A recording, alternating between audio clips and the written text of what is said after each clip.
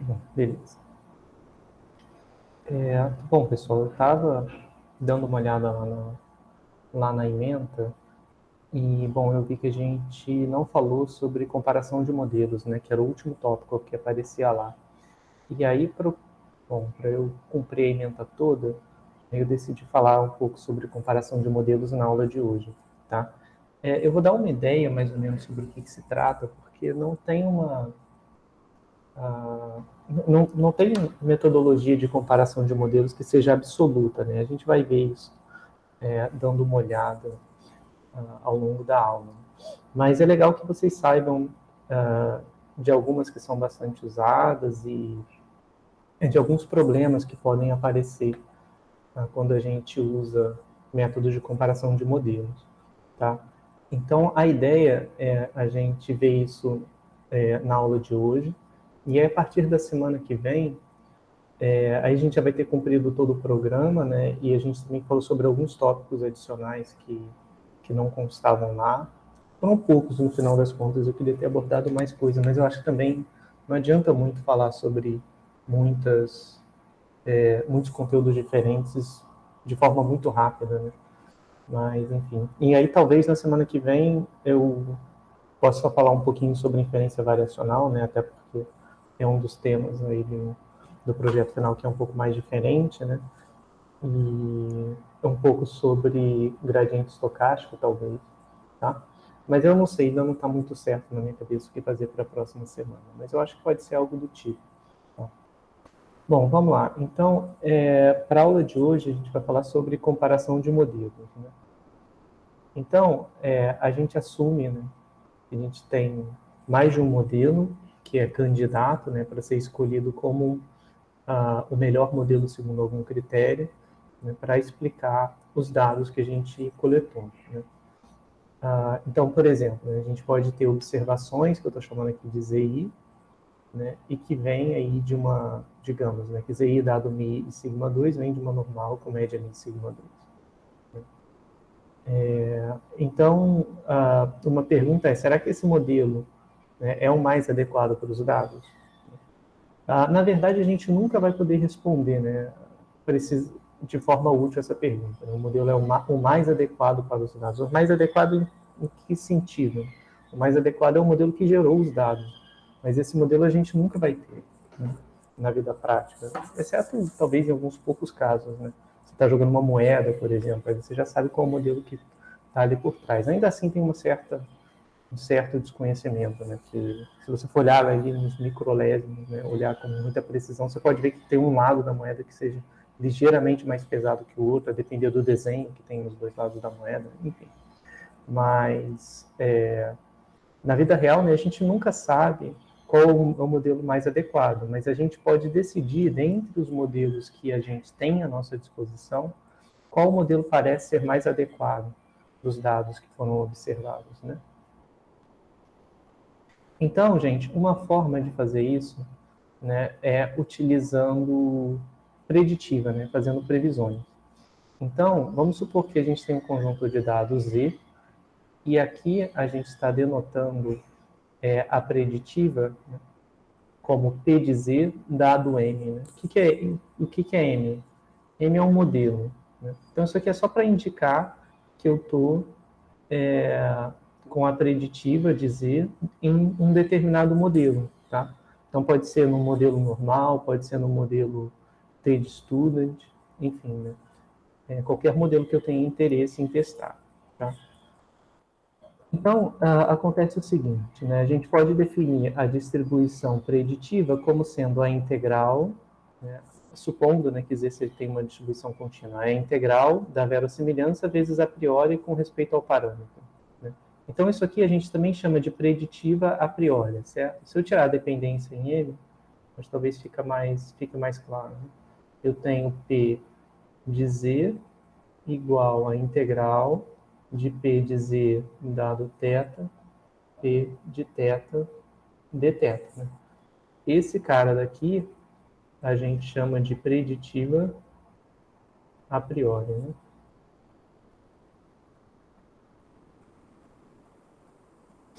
E ele vai ser útil para a gente fazer comparações de modelo lá na frente, quando a gente falar de fator de Bayes, né? Essas preditivas a priori são muito importantes. Né? Bom, a gente também pode falar sobre preditiva a posteriori, né? Então, esses aqui são os dados observados. Deixa eu trocar para Y, para eu acho que a gente ficar mais familiarizado, mesmo que seja diferente da anotação do slide. Né? Então, se a gente chamar de Y os dados observados, né?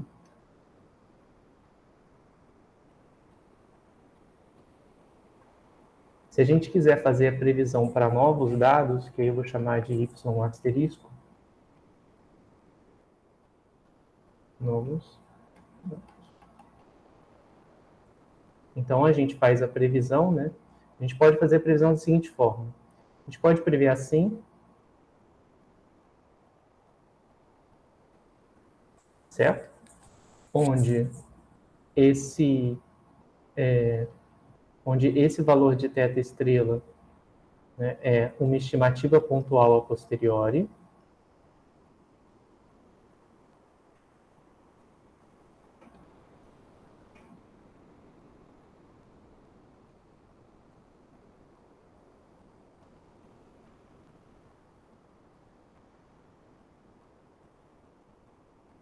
Tá? Então, esse é um jeito de fazer, por exemplo, né? Por exemplo, a gente pode pegar o θ estrela como sendo, digamos, né, o valor esperado de θ dado y, tá? E aí eu plugo aqui, né? E uma suposição comum em modelagem estatística é a gente assumir que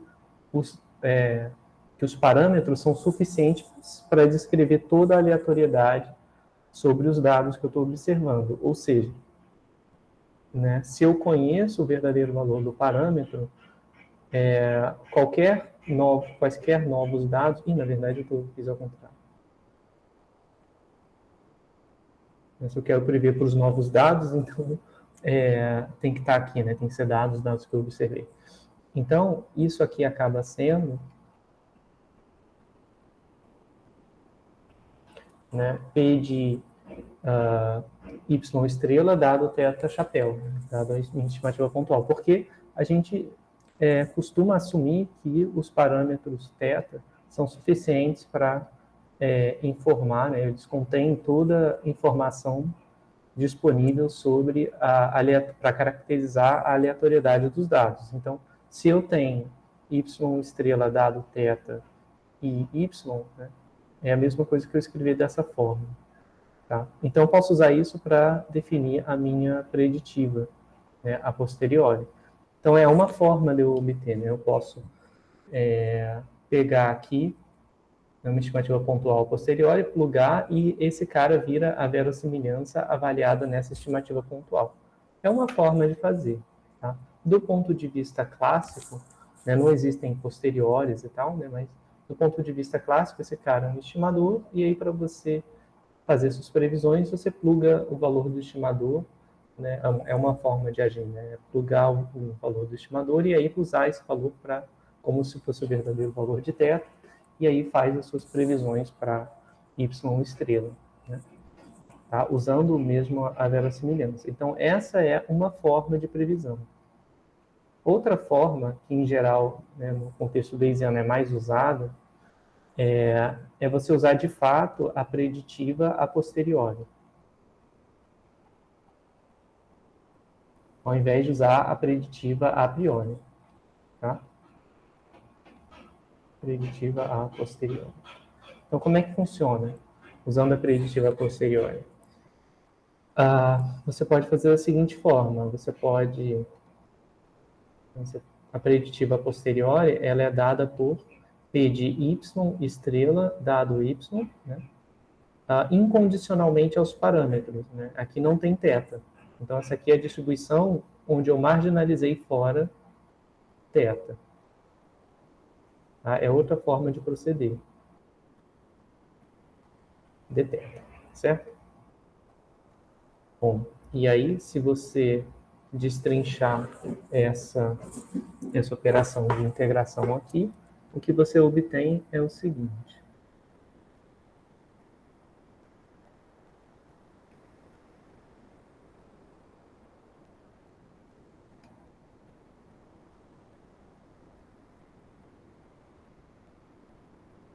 Certo? Aqui é uma conjunta, o condicionamento em y, ele é carregado, né? Ele vem para cá e para cá também. Mas o que eu estou fazendo é descrevendo a conjunta como condicional vezes marginal, tá? E aí, dado y, bom, o dado y aparece em todos os dois aqui. Tá? Então, fica desse jeito. E aí, o que eu tenho, né, para essa integral é y dado θ, porque, né, aquela hipótese de que θ carrega toda a informação disponível, né, toda a informação possível para caracterizar os dados, né, para caracterizar a distribuição probabilística dos dados. Então, o y, né, ele não é necessário aqui. Vezes P de θ dado y de θ. Tá? Então, essa é uma forma de proceder. Então, o que ela diz? Bom, se eu quiser uma amostra da preditiva a posteriori, eu gero uma amostra da posteriori, certo? Que esse cara aqui é a posteriori.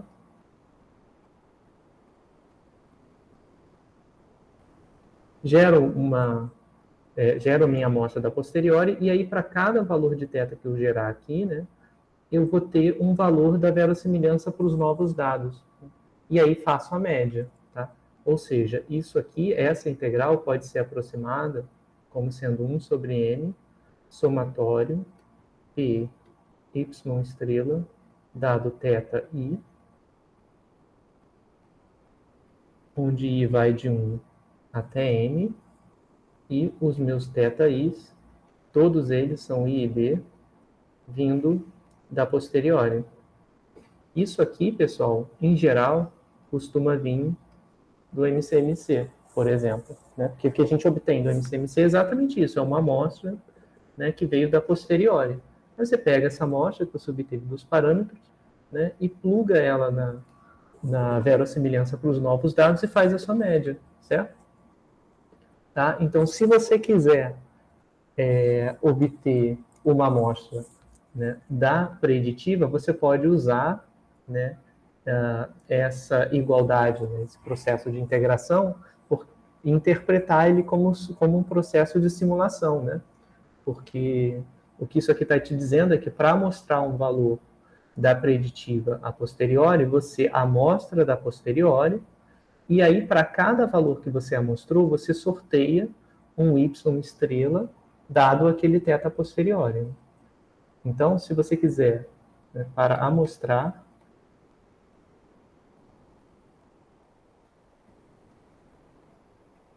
d e de y estrela dado y, o que você faz? Passo 1, você gera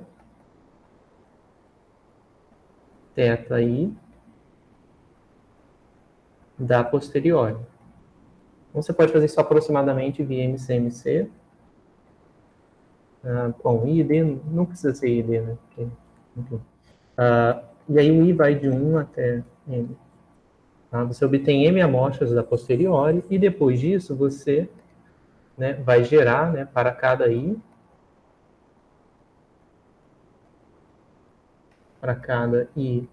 pertencente a 1 até M, o que você vai fazer vai ser gere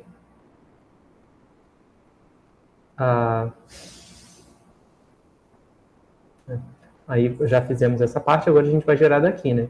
Então gere y asterisco d e de y dado o θ i. Aqui tem asterisco i, tá? Então, se você fizer isso, né, gera uma amostra da posteriori e depois pluga essas amostras que você obteve aqui e gera da verossimilhança, né, da distribuição dos dados, dado θ, você gera y estrela. Se você fizer isso para um M suficientemente grande, você vai obter uma amostra da preditiva de y, tá? onde aqui são seus y estrela e, tá? Então, essas alturas aqui, se elas tiverem, se elas forem alturas relativas, elas vão dizer respeito a P de y estrela, né, dado y. Tá certo? Tá? Então, esse é um jeito de você gerar amostras da distribuição preditiva e usar essa amostra para prever. Então, se você quiser prever um valor de y, você pode usar a média da preditiva, você pode usar a mediana da preditiva, qualquer estimativa pontual. Então, você pode também gerar os seus intervalos de credibilidade a partir da preditiva também. Bom, intervalo de credibilidade não, né? Aí é chamado de intervalos de previsão, a partir da preditiva posterior e tudo mais, certo? Então, esse é um jeito de você fazer previsões. Né? E o que tem a ver previsão com escolha de melhor modelo? Porque aqui só tem... aqui no slide eu só estou com preditiva a priori, mas aqui eu estou falando só da preditiva posteriori mesmo. Então, o que você pode fazer? Né? Você pode ter, vamos supor que você tenha dois modelos. Você tem o modelo M1 e o modelo, digamos, M0 e o modelo M1. Tá? Então, no modelo M0, você tem uma preditiva, que eu vou chamar de P0. Tá? E no modelo M1, você tem outra preditiva. Tá? Essas preditivas são diferentes para o modelo 1 e para o modelo 0. O modelo 1 pode ser um modelo que tenha verossimilhança diferente do modelo 1, ou pode ser que ele tenha a mesma verossimilhança, mas as priori sejam diferentes, ou as duas coisas. Né? Mas o que você pode fazer é, né, olhar, você pode pegar esses novos dados como se fosse, tipo, reserva uma parte do seu conjunto de dados para chamar de dados novos, né, ou dados de teste, que a gente chama, né, e o Y são os dados de treino. E o modelo que fornecer a melhor previsão para o conjunto de teste, né, para o conjunto que não foi utilizado, para esse conjunto Y estrela, que não foi usado para fazer a inferência, o modelo que prevê melhor é o modelo que você vai escolher, certo? Então, se M1 prevê melhor que M0, você escolhe M1. Se o M0 prevê melhor que M1, você escolhe M0. Tá? Esse é o método mais simples de fazer comparação de modelo, né? De fazer escolha, né, de modelos, escolher o melhor modelo. É um critério que é difícil você contra-argumentar com ele, porque você está escolhendo, né, como o melhor modelo, o modelo que prevê melhor, né? E prevê melhor fora da amostra, prevê melhor novas observações, tá?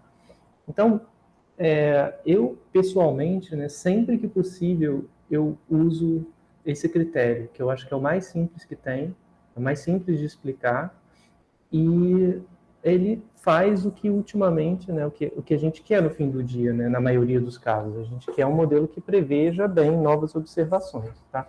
Aí tem alguns problemas. Né? Nenhum desses tipos de método que a gente vai ver hoje é livre de problemas. Qual um problema possível, né, de ser encontrado nesse caso? Bom, você tem um primeiro problema que talvez a sua decisão dependa muito de quais foram os dados que foram selecionados aleatoriamente para compor o conjunto de teste. Se você tem poucos dados, isso é um problema mais sério, né, do que se você tem muitos dados. Se você tiver muito dado, em geral, isso não vai ser um problema, porque você pega um percentual que seja pequeno, né, para compor o y asterisco, e esse percentual sendo pequeno, mesmo assim ele pode ter uma quantidade muito grande de observações e ser representativo, né, de um conjunto de testes, sem você perder muita informação para fazer inferência. Mas se você tem poucos dados, por exemplo, esse é um método que é um tanto inviável. Né? Tá? Então tem isso. Às vezes também você tem um problema onde você não tem interesse em prever. Né? Talvez seja um pouco raro, mas dependendo do caso, né, você pode ter problemas onde você não quer fazer previsão. A previsão não é um interesse. Né? E às vezes ela pode até não fazer sentido. Por exemplo, eu tenho um trabalho em genética, onde a gente quer prever o efeito de um inibidor de uma proteína em uma outra proteína que ele não foi designado para inibir, porque se ele inibe a proteína 1, por exemplo, a relação das proteínas está interligada no organismo, né? Então talvez inibindo a proteína 1, você acabe inibindo uma outra proteína 2 em consequência, porque ela não tem a proteína 1 com quem ela interage, né? Por exemplo. Nesse caso, o que seria prever para uma nova para um novo dado? Se você pegar uma proteína que você nunca viu, uma proteína diferente daquela que está na base de dados, e você vai saber, vai ver para ela, né, se faz sentido, se ela também vai ser inibida ou não. Mas isso não faria sentido, porque é uma proteína totalmente nova. Eu não tenho acesso na base de dados. Então, era um caso em que a gente não tinha interesse em fazer previsão. Então, a gente não podia usar esse tipo de metodologia, tinha que ser uma metodologia só de ajuste, né? Ajuste com uma penalização por complexidade, tá? Então, é isso. Esse primeiro método é o método de usar a preditiva posteriori, para ver se você prevê bem fora da amostra. Na minha opinião, em particular, é o método que você sempre deve tentar usar, né? A não ser que não faça sentido fazer previsão no seu modelo, mas ele sempre tem que estar lá. Mas tem alguns problemas, né? Como eu falei, questão de quantidade de dados pode ser um problema, tá? Bom, e existem outros métodos, né? Outras formas de prosseguir. Mas esse ponto está claro, pessoal, de como que você gera essa preditiva posteriori. Eu não sei se a gente já chegou a fazer exemplo disso na prática, mas é basicamente isso, né? Só gerar da posteriori e depois pluga na verossimilhança e gera da verossimilhança, tá? Aí você obtém a amostra de Y e usa essa amostra para prever.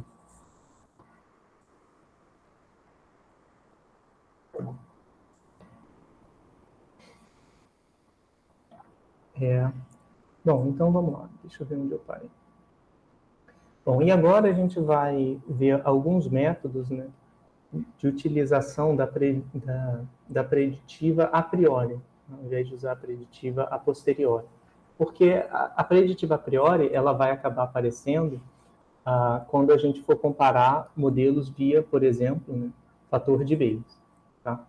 Então, vamos lá. Então, vamos supor que eu tenha J modelos, tá, por um conjunto de dados observados Z. E aí eu tenho uma probabilidade a priori para cada um desses modelos de ser o correto. Então, tenho a probabilidade do modelo 1 a priori, antes de observar os dados. Né? Qual é a probabilidade do modelo 1 ser o correto? Qual a probabilidade do modelo 2 ser correto? E assim sucessivamente, até o MJ. Né? Sendo que essas probabilidades, obviamente, têm que somar 1. Né? Bom, e aí a abordagem direta seria o seguinte, seria como eu coloquei uma a priori para cada modelo, eu gostaria de estimar a probabilidade a posteriori para aquele modelo. Né? Eu gostaria de estimar quem é o P de MJ, dados os dados Z, né, para poder atualizar a minha informação a priori. Tá?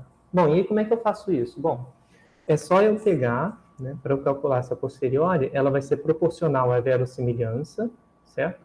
Vezes priori. Aqui não tem θ, tá?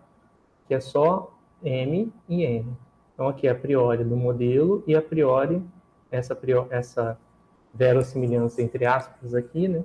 Na verdade, é a preditiva posteriori, a preditiva a priori para o modelo J. Tá? E aí eu normalizo isso, né? Faço com que isso some 1. Essas quantidades somem 1 em J. Né? Então, para fazer isso, é só dividir pelo somatório, onde K vai de 0 até J grande, de P de Z dado MK, P de MK. Tá? Então, pessoal, com isso, né, eu consigo estimar, né, as minhas probabilidades a posteriori para cada modelo. Né? Esses carinhas aqui, resta, né, obter quem é esse cara, quem é a preditiva a priori. E aqui eu coloquei para vocês a forma mais básica de você obter, né, essa preditiva a posteriori. Tá? Bom, então isso quer dizer que eu tenho que resolver essa integral aqui. Tá? Em muitos casos bobos, essa integral é fácil de resolver. Em muitos casos simples, né? Essa integral aqui você resolve analiticamente. Se o θ tem dimensão baixa, né, ou em alguns casos onde você tem conjugação e tudo mais, você consegue resolver essa integral, tá? Mas, nota, né, essa é a integral que aparece no denominador do teorema de Bayes. Então, para nenhum problema minimamente interessante, tipicamente, esse cara não vai ser conhecido, né? Então, esse é o cara que aparece no denominador do teorema de Bayes. É ele que dá todo aquele problema, né, que a gente não consegue calcular essa integral, e um dos métodos para lidar com isso é o MCMC. Né? Então, eu preciso pensar um pouco mais a fundo na hora de lidar com essa integral para conseguir estimar essas probabilidades aqui. Né? Porque esse é o principal problema desse tipo de metodologia, é conseguir estimar bem essas quantidades. Né? Tá?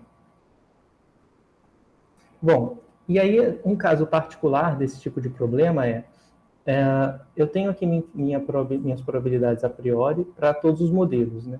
Uma escolha natural é colocar 1 sobre J para cada uma delas. Né? A probabilidade de cada modelo vai ser 1 sobre J, porque se eu quero comparar os modelos, para que eu vou colocar uma informação a priori favorecendo um modelo em relação ao outro?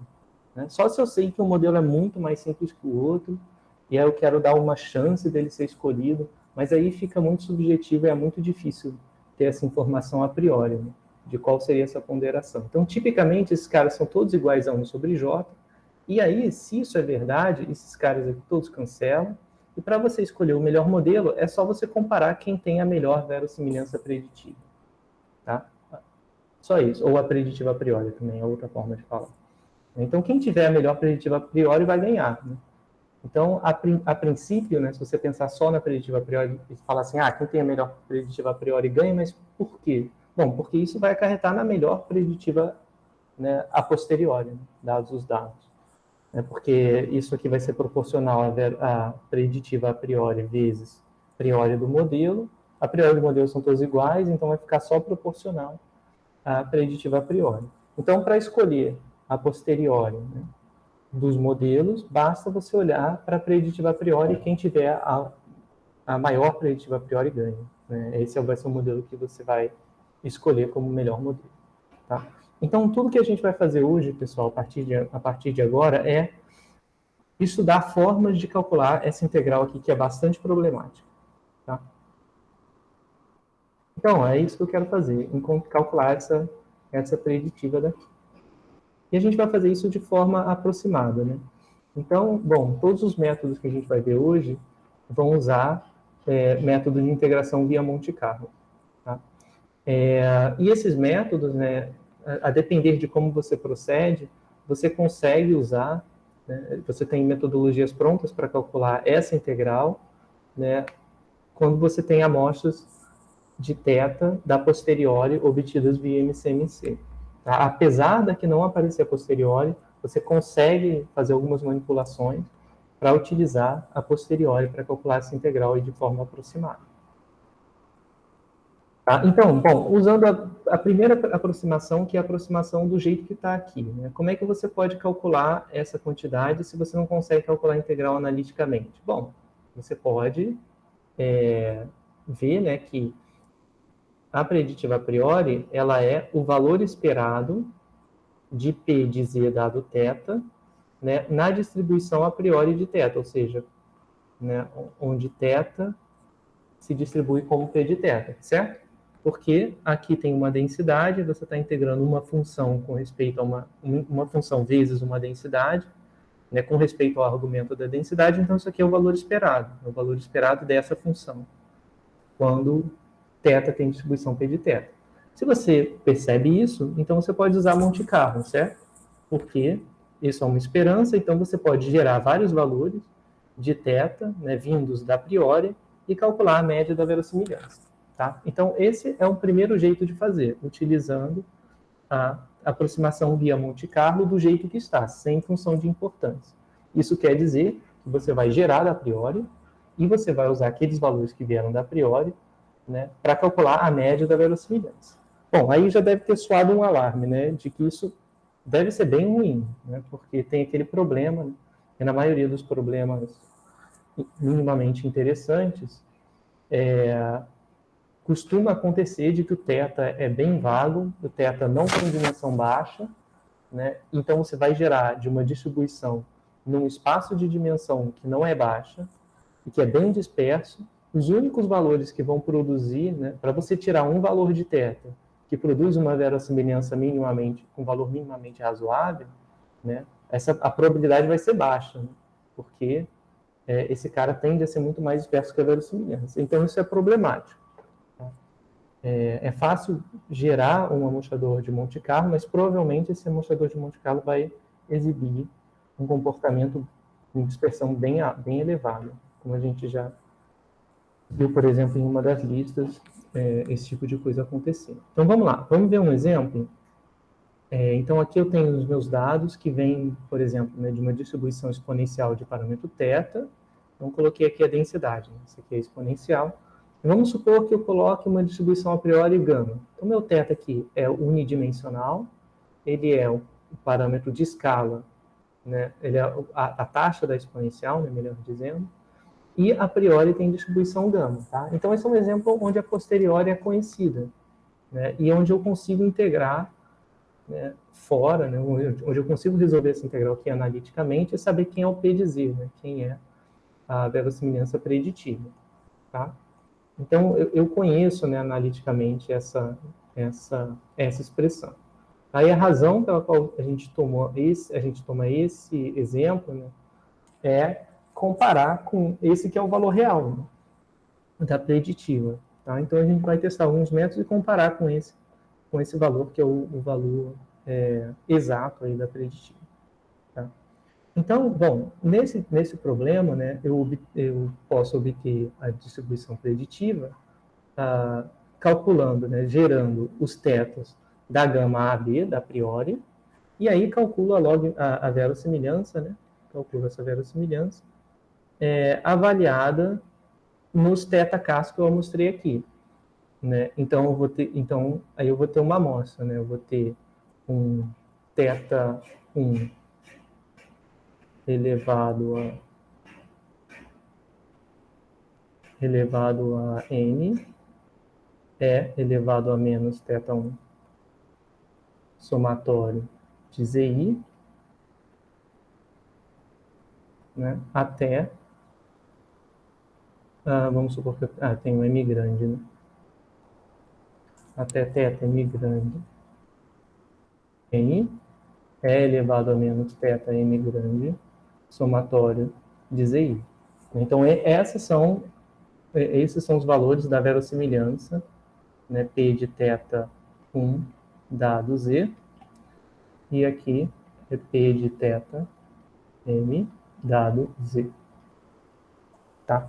Então, bom, obtenho essa amostra, daí calculo a minha estimativa de Monte Carlo. Tá? Então, é bem simples. Então, aqui tem um exemplo, né? Para esse conjunto de dados que está colocado aqui, a verossimilhança está aqui em preto, a priori está colocada em vermelho, né? E se você usa esse método para aproximação, ele funciona da seguinte forma, né? Você tem que criar a sua distribuição preditiva, que é o P de Z, né? E aí você obtém fazendo, né, gerando a priori e calculando a média a média da verossimilhança. Tá? Então, deixa eu ver onde está essa. Aqui. Então, é a média da verossimilhança de Z dado θ. Tá? Então, a função está colocada aqui no R. Deixa eu ir para o R em si para poder mostrar. Então, vou colocar os dados, fazer um histograma.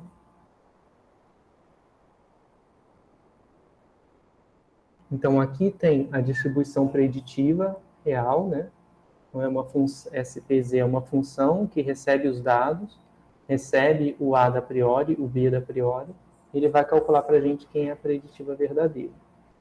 E o log, e a função de verossimilhança, ela é θ elevado a n, exponencial de menos θ soma de z, né? Porque essa é a verossimilhança de o modelo IID exponencial.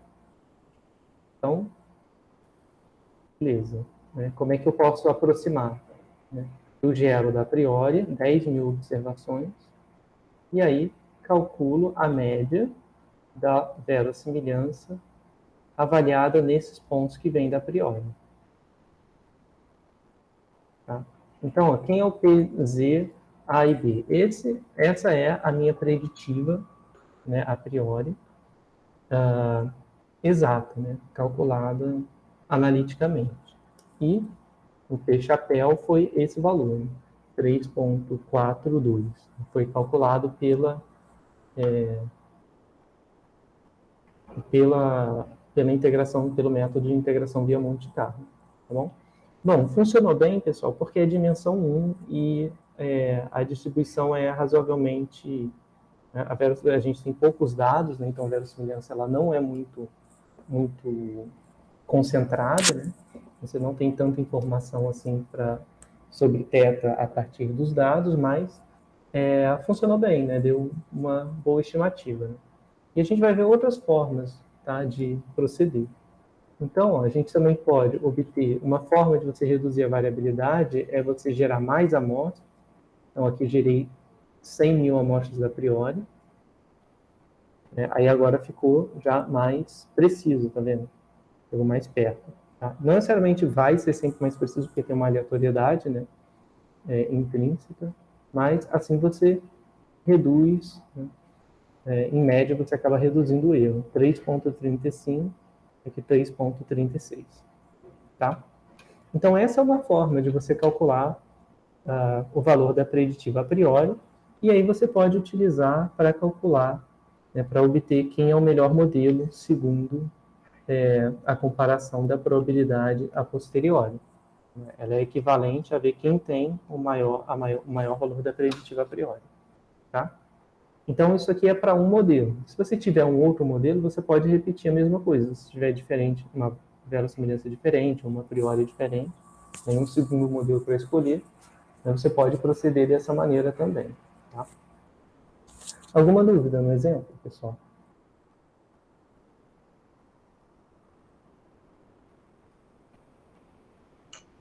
Nenhuma dúvida, professor. Tá, beleza. Bom, então vamos ver outras formas, né, da gente proceder. Tá? Então, uma outra opção, né, que também pode ser usada para calcular a preditiva a priori, é usar o que a gente chama de média harmônica, né? Tá? Que também é uma forma, que também pode ser usada como integração de Monte Carlo, mas é uma integração de Monte Carlo feita a partir de uma igualdade ligeiramente diferente. Então, funciona da seguinte forma. Né? Então, se aqui eu tenho a minha posteriori é dada por verossimilhança vezes priori dividido pela marginal, né, pela preditiva. Então, né, um jeito, né, de eu proceder seria o seguinte. Vou escrever aqui. Então, se eu tenho aqui π θ dado z, isso é verossimilhança vezes priori dividido pela preditiva. Né? Agora, se eu pego essa parte e passo para cá para baixo, né, ou seja, divido os dois lados por π de z dado θ,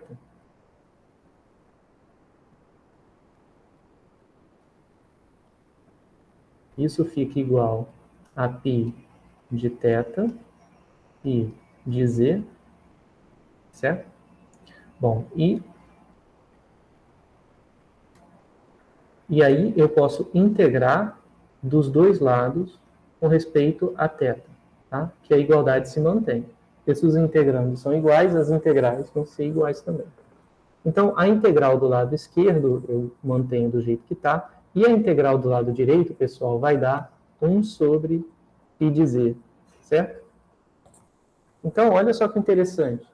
Eu consigo calcular, eu tenho uma relação, uma relação de integração diferente para calcular a distribuição preditiva a priori. Né? Essa integral aqui, né, o integrando dela é diferente. Então, isso quer dizer que eu posso escrever a minha π de z como sendo 1 sobre essa integral que aparece ali. Integral da posteriori dividido pela verossimilhança. Dθ. Tá? Bom, não só isso, né, como está escrito aqui no slide, né? Não só isso, né, eu também tenho um aspecto positivo, que é o de que aqui no numerador, né, desse integrando, eu tenho uma distribuição de probabilidade. Então, eu posso escrever isso como um valor esperado, certo? Isso aqui vai ser um valor esperado na distribuição de θ dado z. Ou seja, o meu π de z, ele vai ser igual a 1 sobre o valor esperado de 1 sobre π de z dado θ. Só que esse valor esperado é calculado fazendo com que o θ tenha distribuição igual à sua distribuição a posteriori, né? Então é a mesma coisa que eu fazer assim, ó, dado z, certo?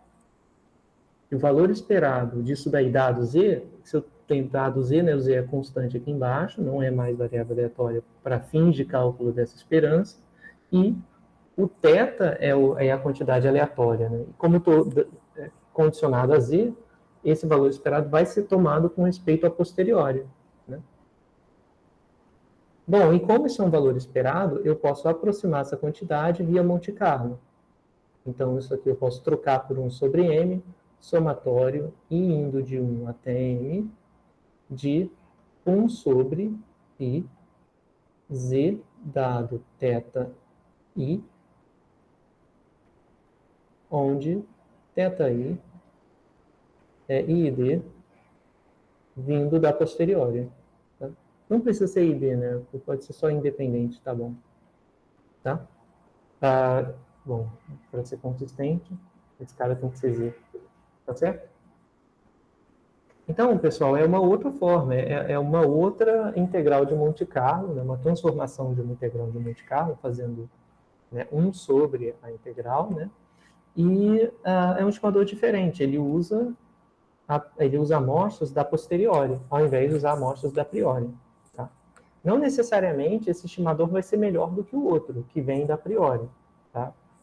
A vantagem dele é que ele está mostrando da posteriori, né? Mas cada estimador desses vai ter uma esperança diferente, vai ter uma variância diferente, né?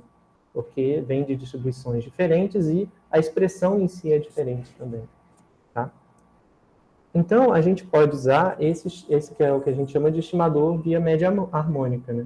Que é calcular 1 sobre o estimador de Monte Carlo dessa quantidade, que é o que está colocado aqui. Alguma dúvida nessa manipulação, pessoal?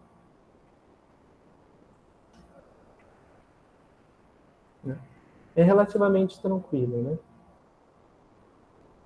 Bom, aí acontece o seguinte, tem um detalhe também, né? Sempre tem um problema com esses estimadores, que é o seguinte, se eu tiver um valor de verossimilhança muito pequeno, eu posso ter um efeito elevado sobre o estimador. Então, mesmo, né, eu tendo feito esse trabalho de reescrever a integral e tudo mais, eu posso ainda ter um estimador que é bastante instável, né? Isso pode acontecer. Tá? Então, vamos ver. Vou colocar aqui, tá, esse exemplo aqui para vocês verem, que é o exemplo lá do código que está no R. Então, vamos ver se eu consigo explicar ele por aqui e só rodar ele lá no R. Então, o que eu vou fazer? Eu vou amostrar, né, o meu θ auxiliar de uma gama, vou mostrar m valores, essa gama é A mais n, B mais o somatório de Z. Essa é a distribuição a posteriori, não é? Por quê? No exemplo que eu estou tratando, eu tenho Z dado θ é exponencial θ. E θ é gama AB. né? Se isso aqui é válido, aí eu vou deixar como exercício, pessoal, mas eu acredito que vocês já devam ter feito essa conta várias vezes. A posteriori, ela é... Né? Aqui não tem π. Então, θ dado Z vai ter distribuição gama, né? Os parâmetros vão ser N mais A, B mais somatório dos EIs, tá?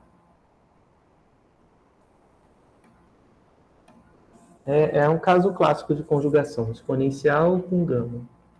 Verossimilhança exponencial, priori gama. Então, a gente tem essa expressão da posteriori conhecida. Então, o que eu vou fazer? Vou gerar meus θis da posteriori, tá vendo? Eu gerei mzão deles, e aí eu vou calcular o valor dessa expressão aqui, né? Que é a mesma coisa que m dividido pela soma de 1 sobre a verossimilhança. Né? Esse cara aqui é a verossimilhança.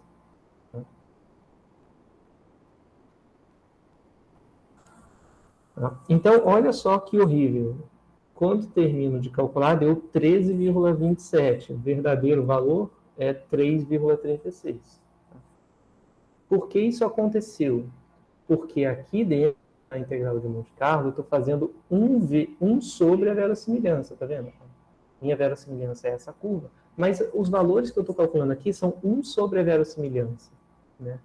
Então, na verdade, seria 1 sobre essa curva. Seria essa curva daqui, né, que é dada pela expressão dessa densidade, né, avaliada no ponto x. Então, seria uma composição de funções. Seria 1 sobre essa densidade.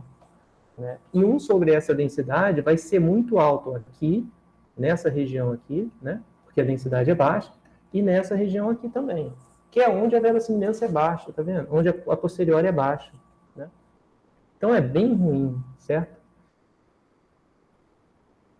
Então, acaba que, bom, a gente está usando a posteriori para gerar valores, né, para calcular a amostra de as amostras de Monte Carlo, né, para fazer a estimativa da integral, mas ainda tem problema, né, porque aonde a curva-alvo deve ser mais alta, que é aqui e aqui, né, que é nessa região e nessa região, a verossimilhança é baixa. Então, isso acarreta esse tipo de problema, essas estimativas mais erráticas, tá?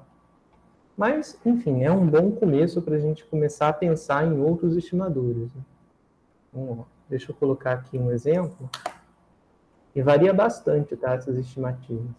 Então, esse P1 RET, né, essa aqui é a primeira estimativa, que é aquela usando, amostrando da priori lá, que eu mostrei lá no início. Né? Então, deu 3,35, o meu P de Z deu 3,36. Aqui com 10 mil valores, se eu estou usando 10 mil valores, então deixa eu fazer a comparação justa, pelo menos. O chapéu é 3,24. Então, para esse caso... Peraí. Cadê esse gráfico? Então, para esse caso aqui, eu vou gerar os tetas da posteriori e agora eu vou calcular a estimativa de Monte Carlo. 6,7. Então, vamos fazer de novo. 14,7. 8,86. 10,43. 14,4. Tá vendo? Os valores variam bastante, né? De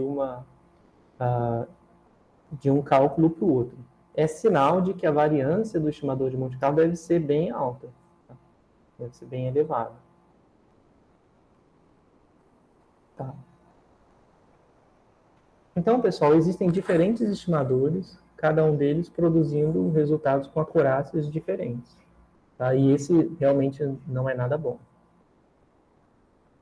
Bom, mas aí vem outros estimadores que a gente faz mais conta para obter, né?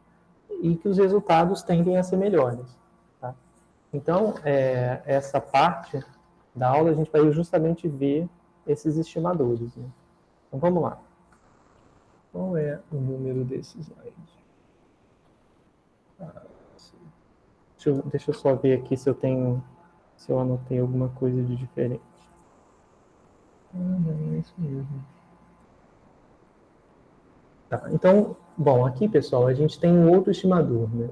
Esse é o estimador que a gente usou aqui, é o que a gente chama de P2, é o que a gente está chamando de P2 estrela. E tem uma terceira forma, né, que é esse P3 estrela, esse P3 chapéu de Z. Né? Então, como é que a gente obtém esse estimador? Bom, a gente pode fazer o seguinte, vamos lembrar que a gente tem, isso, né? Que a gente tem integral. Se a gente tiver uma integral, é lá da integração por importância. Integração de Monte Carlo via função de importância. Então, se a gente tem uma integral desse tipo, né, o que no nosso caso, o px é a priori e o h de x é a verossimilhança, né, em geral, né, essa integral a gente pode escrever como integral de h de x, p de x sobre q de x, dx, né, foi o que a gente já viu anteriormente. Peraí, dx não, faltou multiplicar por qx, né? Faltou colocar qx aqui, dx, então só multipliquei e dividi por qx, não mudei nada. Então isso aqui, né, acaba sendo o valor esperado de h de x, px sobre q de x, né, onde o x se distribui de acordo com a Q. Tá? Essa Q aqui, pessoal, tem que ser uma densidade, tá? Para isso aí dar certo. Até porque se não for, não faz sentido eu dizer isso. Tá? Então, essa integral pode ser vista como valor esperado, e a gente pode aproximar esse valor esperado como 1 sobre m, somatório de i indo de 1 até m, h de xi, p de xi, sobre q de xi. Né? Aqui onde os xis vêm todos da q de x. Tá? Então, esse cara daqui eu vou chamar de I chapéu 1. Tá? Ele é o primeiro estimador que eu escrevi aqui para a integral original. Tá? Então, aqui eu só estou relembrando o conceito de integração via Monte Carlo por função de importância. E a gente viu, né, uma outra forma de definir o estimador de Monte Carlo, que é a seguinte. Se eu escrever 1 igual a integral de p de x dx, certo? Então, se essa p aqui também é uma densidade. Então, se essa p é uma densidade, 1 é o valor da sua integral. E aí eu posso usar o mesmo princípio, escrever p de x sobre q de x vezes q de x, onde q de x é outra integral, é outra densidade. No caso, é a mesma densidade que eu usei aqui, que é a densidade de importância. Então, isso aqui pode ser aproximado por 1 sobre m, somatório, i indo de 1 até m, p xi sobre q de xi, onde os xis todos vêm de q de x, certo? É meio bobo isso, né, pessoal? Porque o que eu estou fazendo é pegando o 1 e aproximando o 1 por uma coisa que é aleatória. Né? Mas a gente viu que justamente essa aproximação, né, em muitos casos, ela acaba reduzindo a variância do estimador de Monte Carlo. Como assim? Bom, quem era a minha integral I original? Essa integral I é a integral que eu quero resolver. Ela é igual a isso, dividido por 1. Né? Então, se eu aproximar o numerador e o denominador, né, eu vou obter essa expressão sobre essa daqui. Ou seja, vai dar um somatório indo de 1 até n, h de xi, p de xi sobre q de xi, dividido por somatório de p de xi sobre q de xi, indo de 1 até m, onde aqui, pessoal, para isso aqui funcionar melhor do que a integral I1 I1 chapéu, né, tem que ser a mesma amostra, tá? Os mesmos xis que estão aqui tem que ser os mesmos daqui.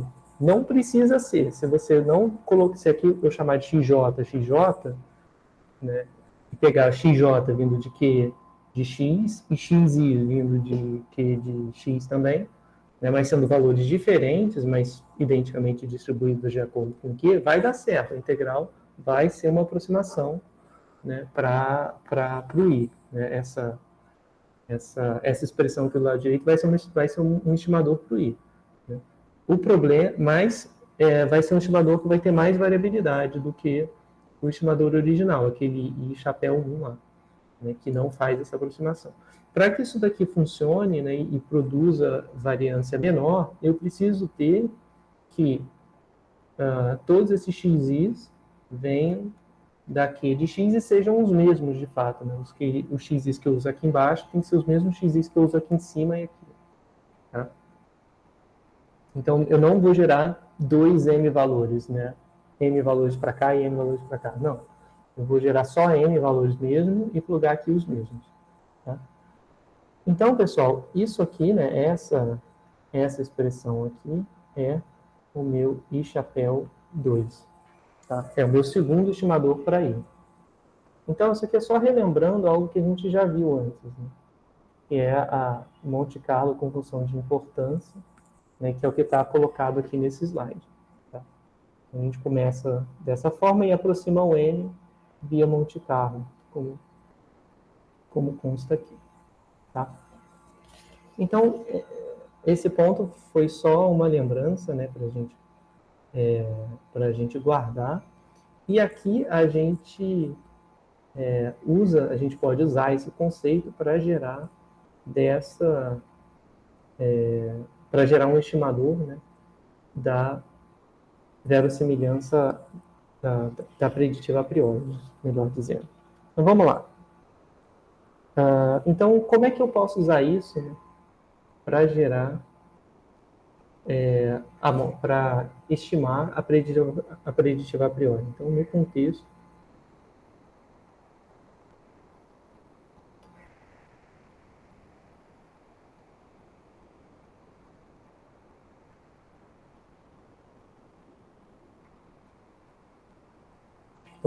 da preditiva a priori, eu vou fazer o seguinte. Eu tenho aqui P de θ, essa razão, né, P de θ sobre Q de θ, eu vou chamar de W de θ, né? O x era o θ, né? O h de x, que aqui é h de θ, ele é P de z dado θ. Tá? Se eu fizer isso, né, se isso aqui é verdade, então eu tenho que a minha integral i, né, que eu busco, vai ser a integral de h de θ, ou seja, vai ser a integral de P de z de θ, vezes P de θ de θ, né, que é exatamente P de z. Tá? Então, o H tem que ser a verossimilhança, né? Esse P é a priori mesmo, então tem que ser dado dessa forma. Então, se eu reescrever essa integral, né, usando a função de importância, eu tenho P de z dado θ, que multiplica P de θ sobre Q de θ, Q de θ dθ. E aqui embaixo eu vou ter integral de P de z dado θ, vezes, como eu estou chamando de W, né? Então aqui eu tenho W de θ, Q de θ dθ. Tá?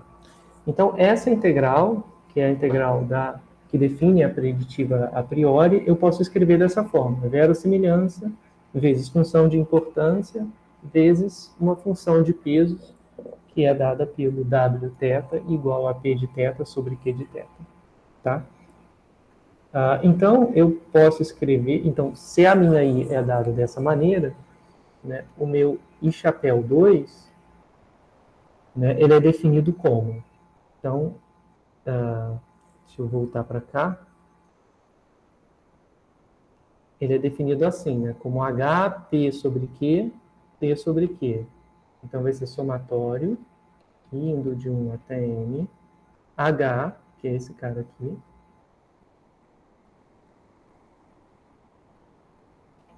melhor botar assim. Vezes P sobre Q, P sobre Q é o W, tá? Sobre somatório indo de 1 até N de W, tá? Que é o P sobre Q, né? P sobre Q é o W, então aqui eu vou botar W, teta I, W de teta I.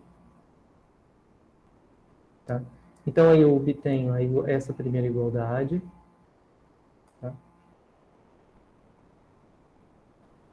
E aí, pessoal, resta eu definir quem é a Q, né? Então, quem é o Q de teta? Quem é a minha distribuição de importância? Então, a questão é, aí está dito aqui, né? Onde eu tenho delta, que é um peso de uma mistura, né? Onde os tetas são gerados dessa mistura aqui, ó.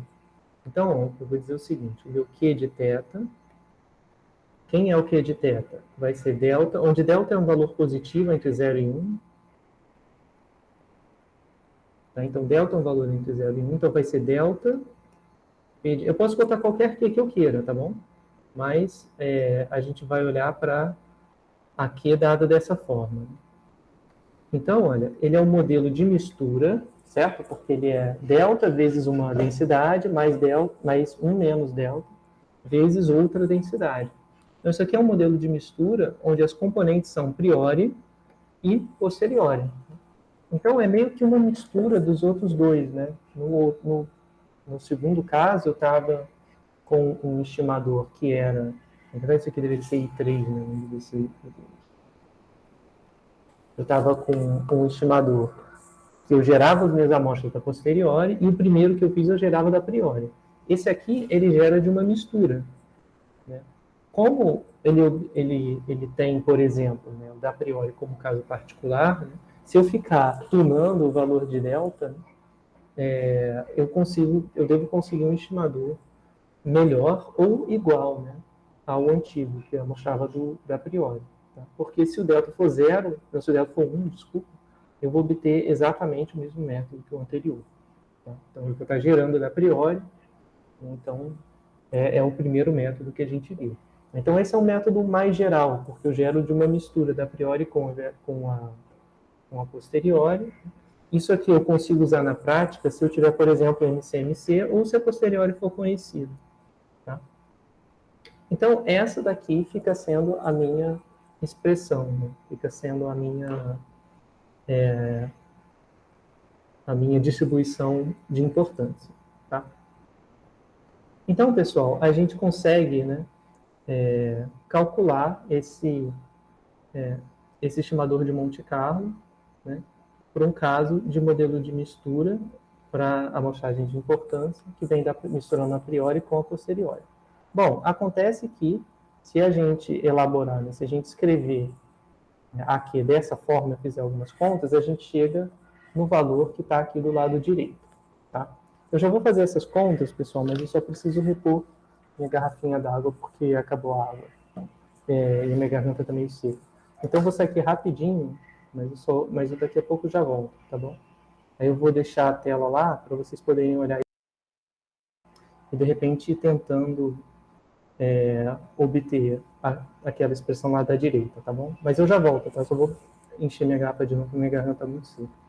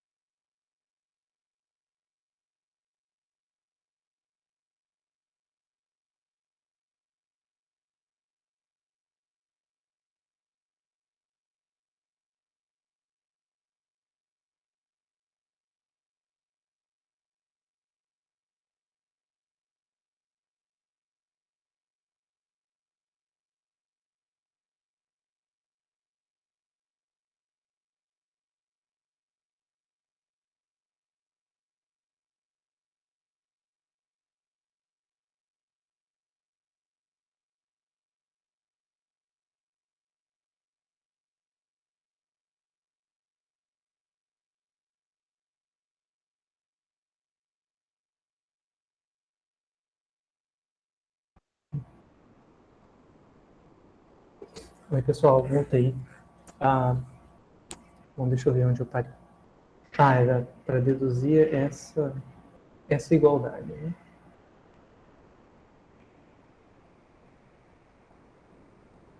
Bom, então vamos lá.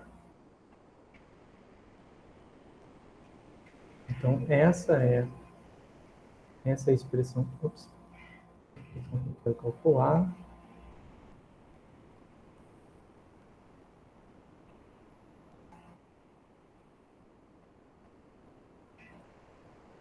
Onde o W, θi, é P de θi dividido por Q de θi.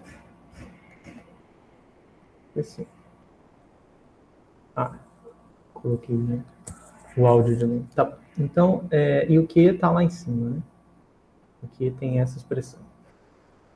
Então, basicamente o que eu tenho que fazer é escrever a posteriori como Z dado θ, P de θ, sobre P de Z, tá? Para chegar nessa expressão que está aqui do lado esquerdo. Tá? Aqui tem uma pequena diferença, porque está K e está com parêntese aqui embaixo, né? E eu estou colocando só o izinho aqui embaixo, porque para mim é mais cômodo de escrever, tá? Mais rápido do que botar os parênteses, mas está na mesma, tá? Então, isso aqui vai ficar sendo o somatório, indo de 1 até n, P, Z dado θi, que multiplica. Bom, o W vai ser P,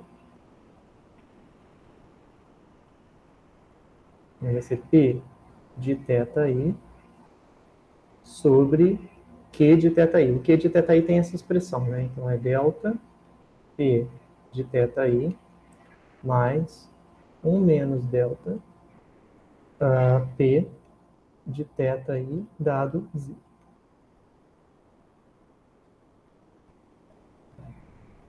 Sobre somatório I de 1 até n. Aí, pessoal, vai aparecer o W que tem essa mesma expressão. Então, eu já vou começar a trabalhar essa expressão aqui embaixo. Tá? Então, isso aqui vai ficar... Deixa eu ver como que eu escrevi.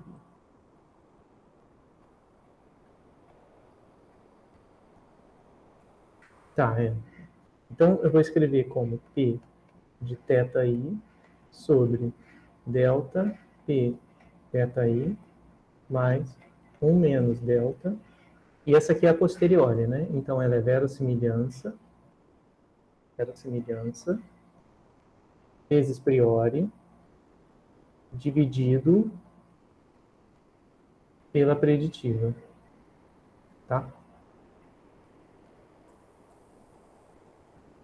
Então, só o que eu fiz foi, eu escrevi aqui era W, né? Então, eu peguei essa expressão, que é a expressão desenvolvida do W, e escrevi quem era a posteriori, né?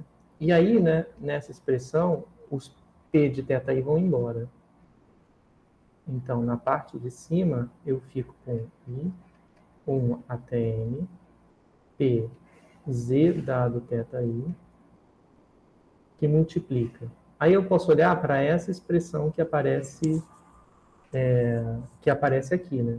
E essa expressão que aparece aqui vai dar 1 no de cima, então ela é isso que está aqui embaixo elevado a menos 1, né?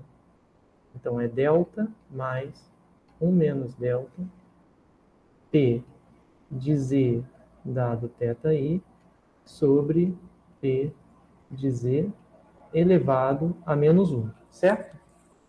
Eu peguei essa expressão que está aqui, que é a mesma que essa que está aqui em cima, né? E ela vai ser 1 sobre isso aqui. Então, 1 sobre essa expressão. Aí agora eu vou dividir pelo somatório, e vai indo de 1 até n. Bom, e aí eu tenho essa expressão vai aparecer dentro do somatório, tá? Bom, como essa expressão aparece dentro do somatório, eu posso começar a desenvolver ela também. Então, vai dar P de Z sobre P de Z, porque eu multipliquei em cima e embaixo por P de Z, né? Mais 1 menos delta P de Z dado θi sobre P de Z menos 1, né? Aqui eu só troquei, né? Tinha 1 vezes delta, esse 1 eu chamei de P de Z sobre P de Z. Então, aqui fica P de Z dado θi. Bom, aí eu posso olhar para essa expressão, né? Para poder escrever. Então, vai dar Z, P de Z, sobre... É melhor fazer assim.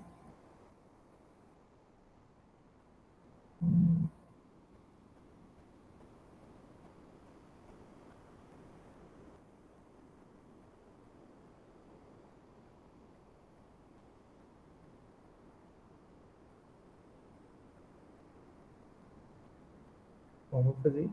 Acho que fica mais simples de ver se eu trabalhar na de baixo e replicar lá em cima. Mas tudo bem. Vai ficar 1 sobre P de Z.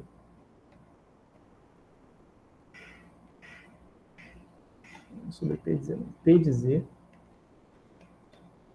Então, aqui o que eu fiz, pessoal, foi botar esse 1 sobre P de Z que aparece aqui em evidência, né?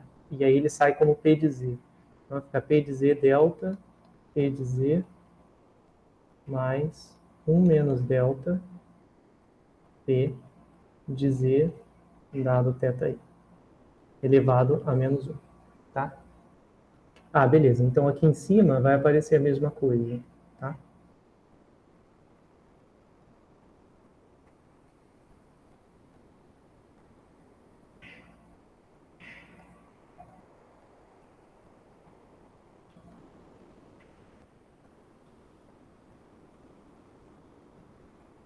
Então, esse cara mora com esse aqui, porque não tem índice, né? E aí, beleza, né? Aí eu fico exatamente com a expressão que está aqui do lado direito. Verossimilhança vezes delta P de Z, mais 1 menos delta P de Z dado θ, elevado a menos 1, delta P de Z, mais 1 menos delta P de Z, elevado a menos 1. Aqui só ficou faltando fechar esse parênteses. Tá bom? Ficou alguma dúvida nessa derivação, pessoal?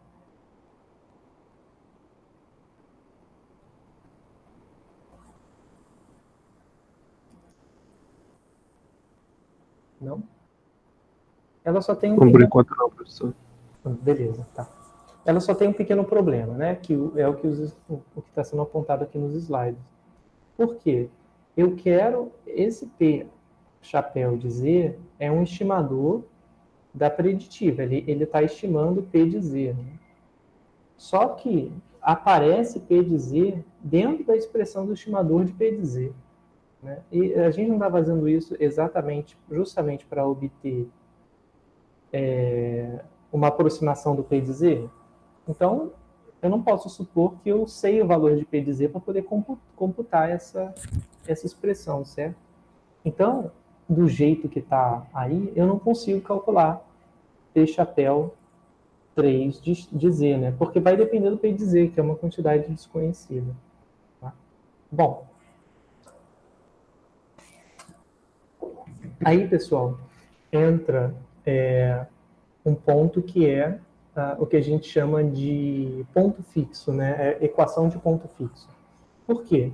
Isso tudo aqui era uma aproximação para P chapéu de Z, certo? Então, isso tudo aqui que está... Deixa eu puxar um pouquinho mais para a esquerda para eu conseguir escrever.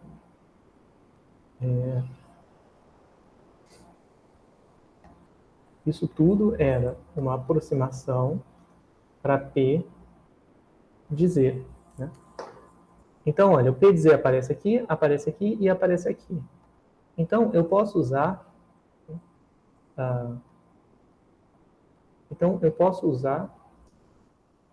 o que a gente chama de equação de ponto fixo. Que é o seguinte, né? Se eu tenho que resolver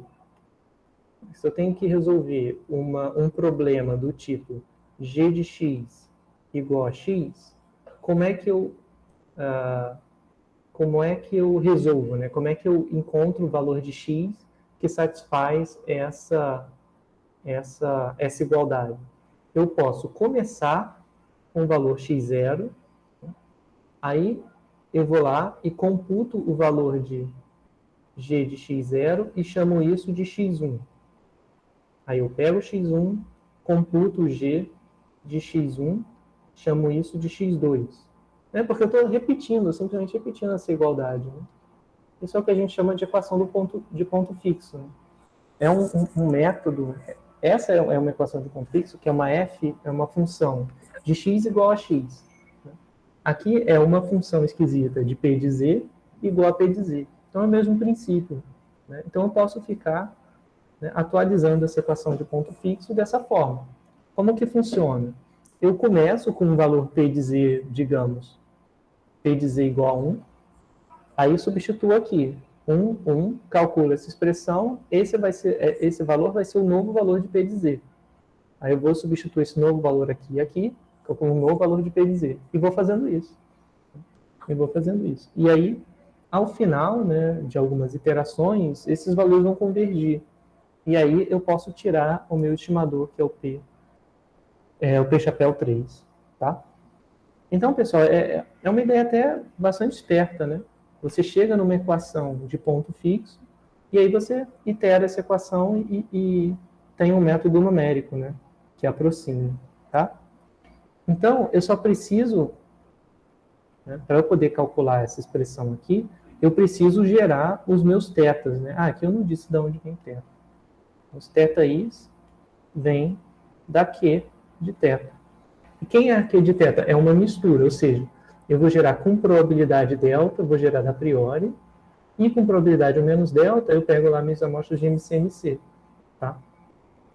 Bom, a gente pode fazer isso até de forma determinística, esse peso aqui. Né? Posso gerar, se o delta for, por exemplo, 1% ou 10%, eu posso gerar, né, vamos supor que seja 10%, eu posso gerar 1/10 de n valores da priori e o resto da posteriori. Tá? Se eu quiser escolher aleatoriamente se eu vou gerar da priori também, ou da posteriori, também posso. Tá?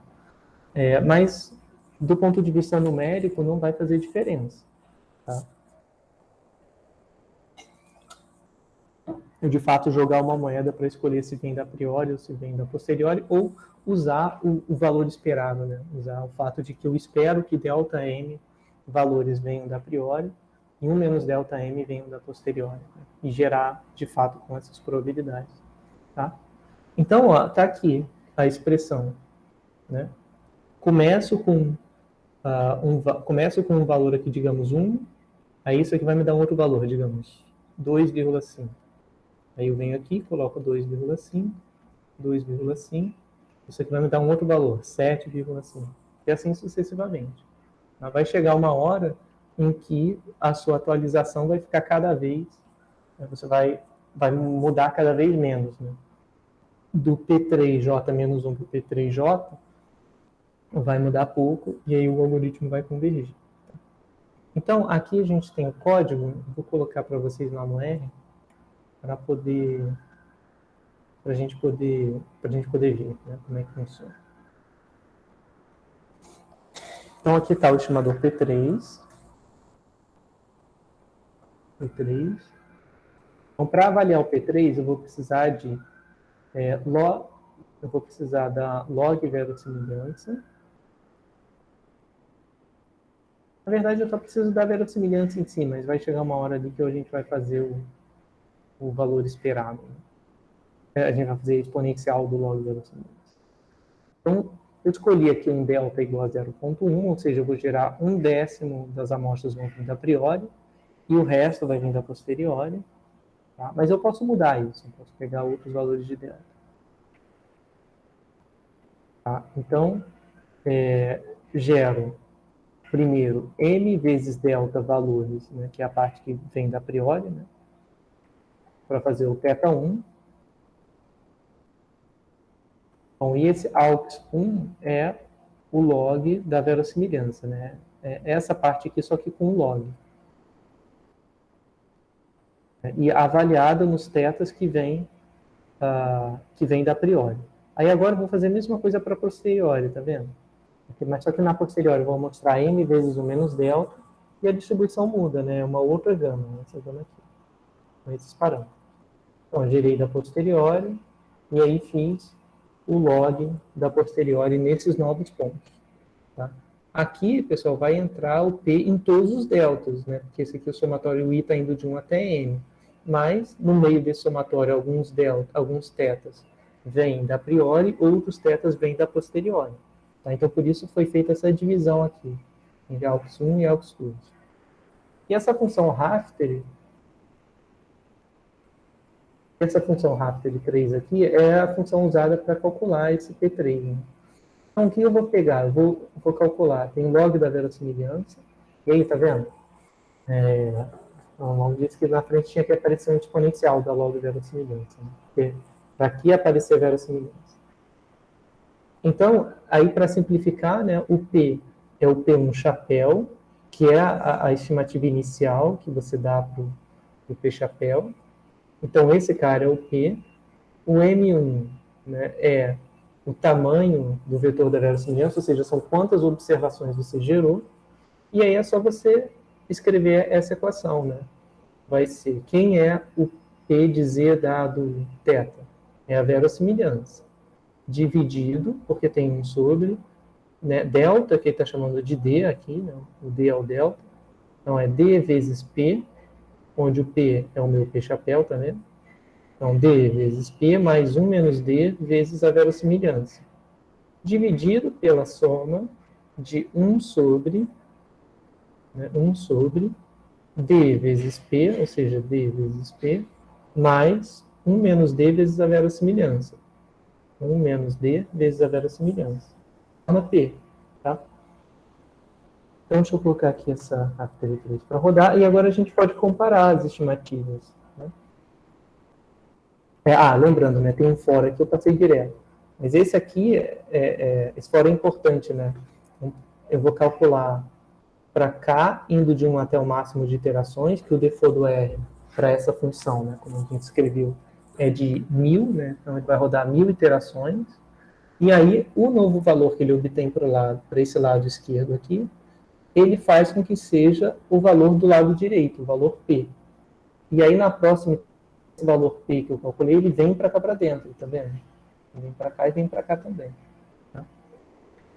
Então, vamos lá. Quem é esse PZ? É a preditiva calculada em valor exato, é 3,36.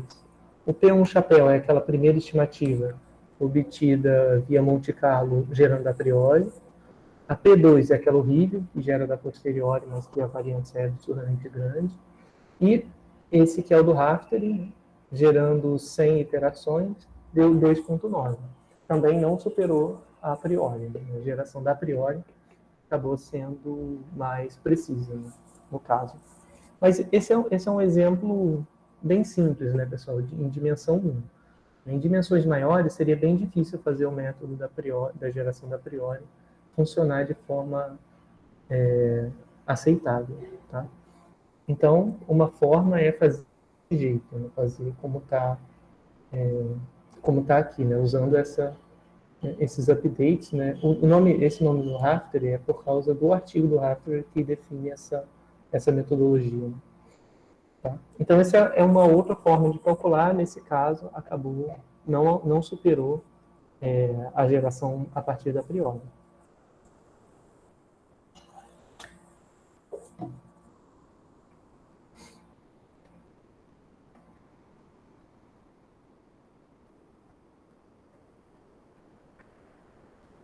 Bom, vamos lá. Então, e existe uma terceira, né? Existem várias formas de você estimar essa mesma preditiva. Né? Outra forma é o bridge sampling, que vem desse artigo, Meng e Wong, 1996. Então, o que eles fizeram? Né? Eles propõem essa chamada ponte, né? Que ela é definida por uma quantidade, por uma função chamada alfa, né? Quer dizer, por uma função alfa, que é chamada de bridge, né? Que faz a ponte. E aí a gente tem, a gente tem essa relação daqui, né? Se eu consigo dar um zoom para melhorar. Tá? A gente tem o seguinte. Do lado esquerdo, eu tenho é uma integral, tá? Qualquer. Eu escrevi como A de θ, G de θ, que multiplica a posteriori, certo? Ou melhor, vamos começar olhando para essa. Aqui eu tenho integral de A de θ, G de θ, P de θ dado Z. Isso aqui é o valor esperado a posteriori de alfa, θ, G de θ. Né? É o valor esperado disso a posteriori. Né? É essa expressão que está aqui à esquerda. Tá? Então, essa alfa G aqui, no nosso caso, né, ela vai ter que representar, né, o Z dado θ. Tá? Ah, não, o Z dado θ não necessariamente, porque aqui é dado θ. Bom, enfim, a gente já vai ver quem tem que ser o alfa e quem tem que ser o G para que a gente chegue na preditiva. Tá? Mas essa integral aqui representa esse valor esperado. Se você escrever quem é a posteriori, vai escrever como Z dado θ, P de θ, dividido por P de Z. Né?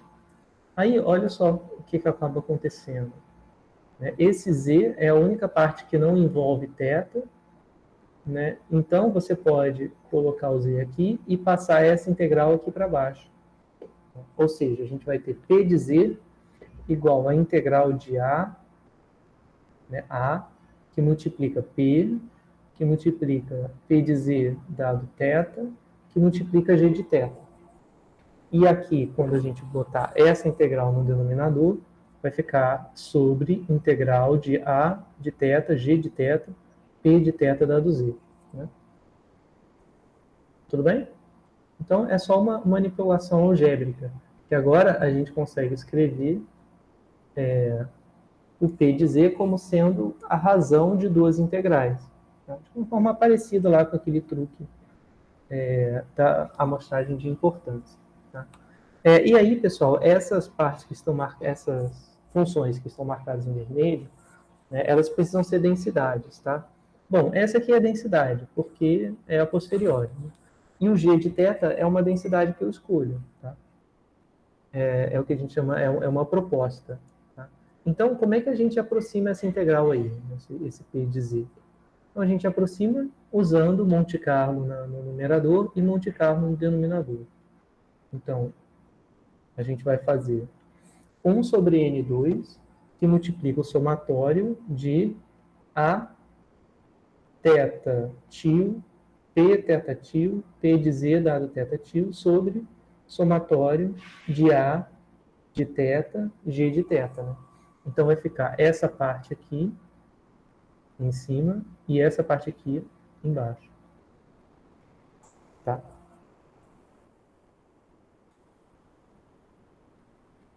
Alguma dúvida nessa formulação? Aqui só ficou faltando dividir por N2 e dividir por N1. O N1 não necessariamente é igual. Tá? Então, eu vou ter duas amostras. Então, eu vou ter o θ e vem da posteriori.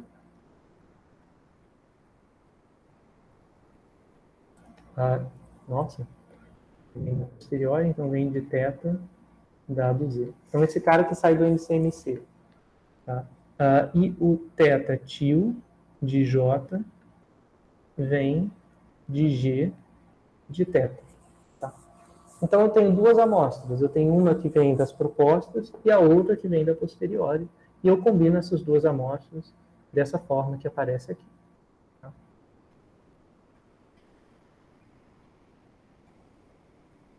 Bom, pessoal, e o estimador ótimo, né?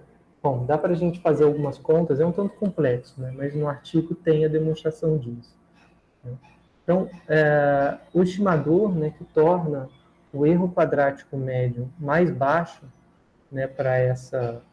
Estimador não, né? A escolha de alfa que torna esse estimador o mais baixo possível, né, como função de G e da posteriori, é dado por N2 sobre N2G de θ mais N1 P de θ dado Z. Então, né, é uma fração, né, de G de θ combinado com P de θ. Tá? Então, o alfa ótimo fica sendo esse aqui. Essa igualdade, pessoal, vale para qualquer alfa, vale para todo alfa que eu colocar. Já desde o início por construção vai valer para qualquer alfa, em particular vale para esse alfa. Tá? E aí tem algumas simplificações também que eu posso fazer, né, no algoritmo. Por exemplo, se eu escrever o S como sendo essa fração S1 e o S2 como sendo essa fração daqui, eu posso definir, né, duas quantidades, o WJ, que é dado por... É quase como se... Não dá para falar quase como se fosse, eu ia falar besteira. Que é a conjunta, né, de θ e z dividido pela g de θ, que é uma densidade proposta, né, que a gente vai arbitrar. Tá? E o W é a mesma quantidade, só que ela é avaliada nos pontos θ, né? Então, W, ele é calculado a partir das amostras da posteriori, e o W é a partir das amostras que vêm da distribuição aproximante, né, da distribuição proposta, tá, de G. Então, se eu fizer isso, né, eu consigo, com algumas manipulações algébricas, eu consigo reescrever um estimador para E de Z. Como que eu faço isso? Aí aqui no próximo slide está dizendo exatamente qual é essa expressão. Eu fiz as contas aqui, mas eu não sei se... Na verdade, é só manipulação algébrica mesmo, mas é bastante coisa, né? As minhas contas deram uma página inteira para justificar essa igualdade. Mas eu acho que a gente pode simplesmente interpretar o que está aqui. Né? Então, eu tenho, no numerador, fica sendo, né, fica sendo W S1 W mais S2 P chapéu de Z, né, 1 sobre essa quantidade, e aqui a mesma coisa, só que sem o W. Tá? Se a gente der uma olhada com a fórmula que está aqui na esquerda, é parecido, né, de certo modo. Vamos ver. Por quê? Aqui eu tenho P de Z. Né? Tem P de Z dado θ. Quem faz o papel desse cara é o W tio. Né? O W tio que é dado, né, por P de Z dado θ, T de θ sobre G de θ. Tá? Vezes 1 sobre, e aqui vem, né, uma certa quantidade S2. Quem é o S2? É uma probabilidade, né, porque é um valor entre 0 e 1. Então, é uma probabilidade aqui. Deixa eu colocar uma outra.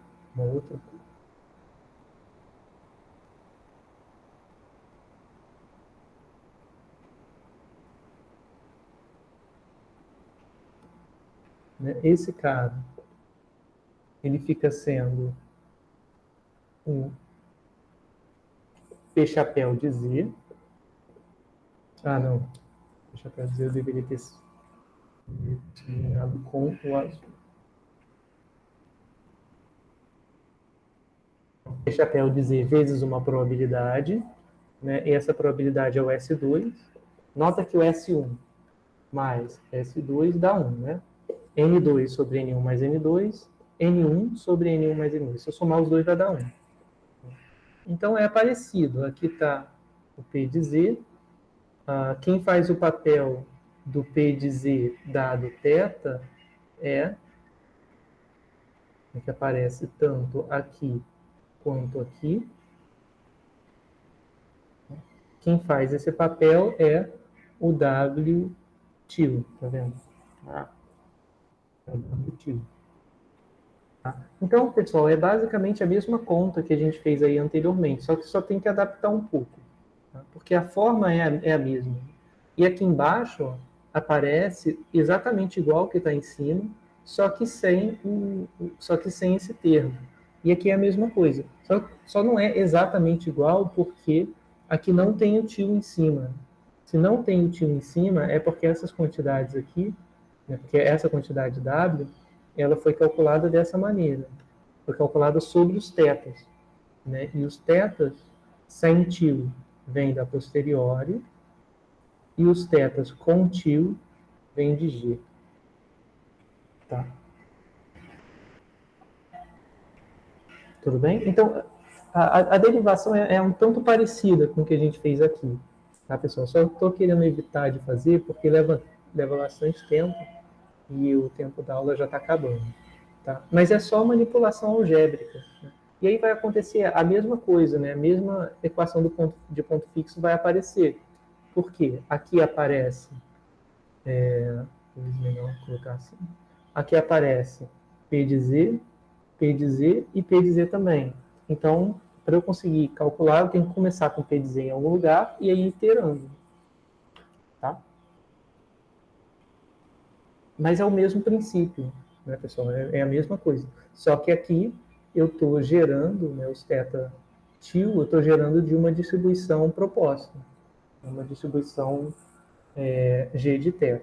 Né? E aqui embaixo eu estava gerando eles. Da onde que eu estava gerando? Estava gerando de Q, que era uma mistura da priori com a posteriori. Então, esse aqui é um caso um pouco mais geral, porque eu posso gerar de qualquer G. Não precisa ser uma mistura da priori com a posteriori para conseguir usar esse algoritmo. Tá? Então, vamos lá, vamos para o exemplo, para a gente poder ver isso na prática, né, com a função bridge. Então, vou deixar vou dar só um zoom aqui para a gente poder ver com mais facilidade. Vamos lá. Então, o bridge funciona como? Né?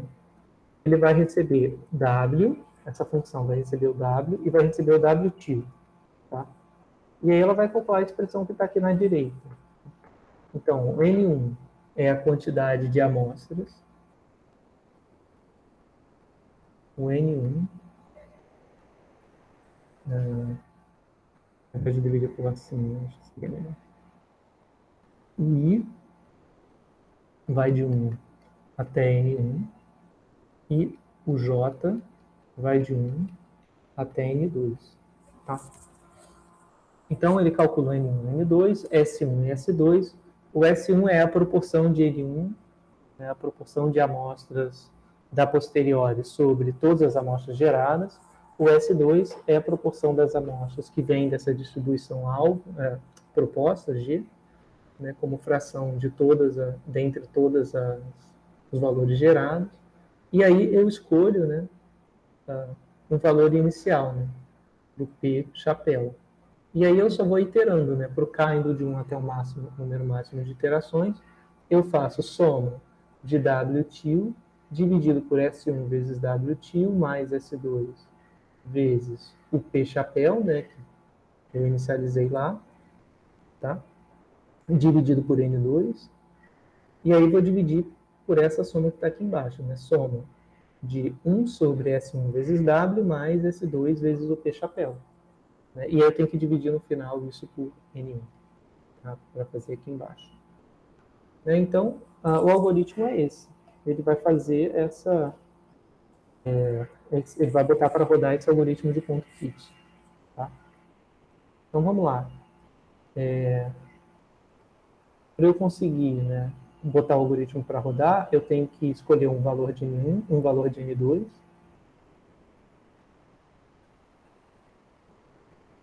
Eu vou gerar aqui 1000 amostras da posteriori, um W1, aí vou calcular lá quem é o W1. O W1 é verossimilhança vezes priori dividido pelo alvo, né, pela distribuição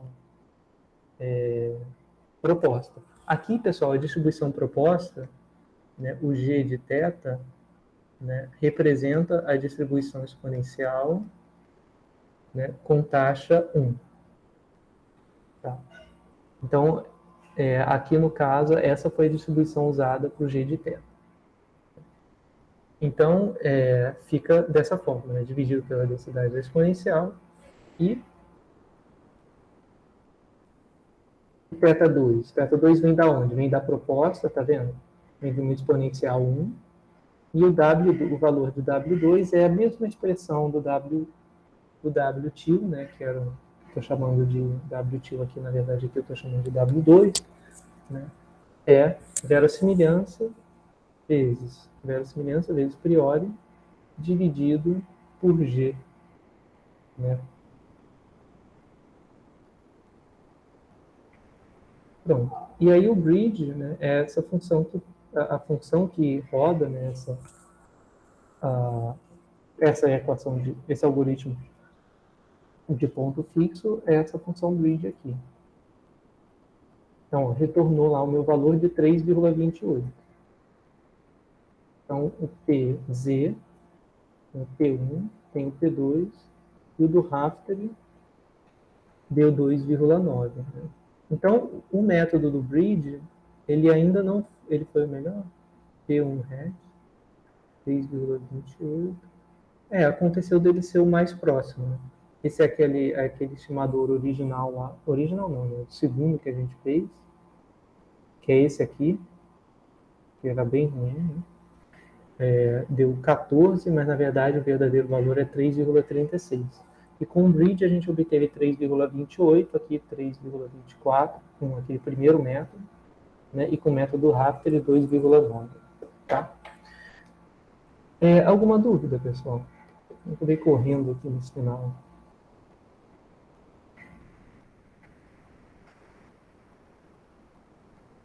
Né? Eu acho que fica como exercício, né, trabalhar essa fórmula daqui. Como essa fórmula, da onde essa fórmula vem a partir, né, dessas duas integrais. Tá? Mas é só a manipulação algébrica usual, né, para reescrever. Tá? Não tem muito mistério. É até parecida com o que a gente fez nesse caso. Tá? Até porque a fórmula com a mesma estrutura praticamente.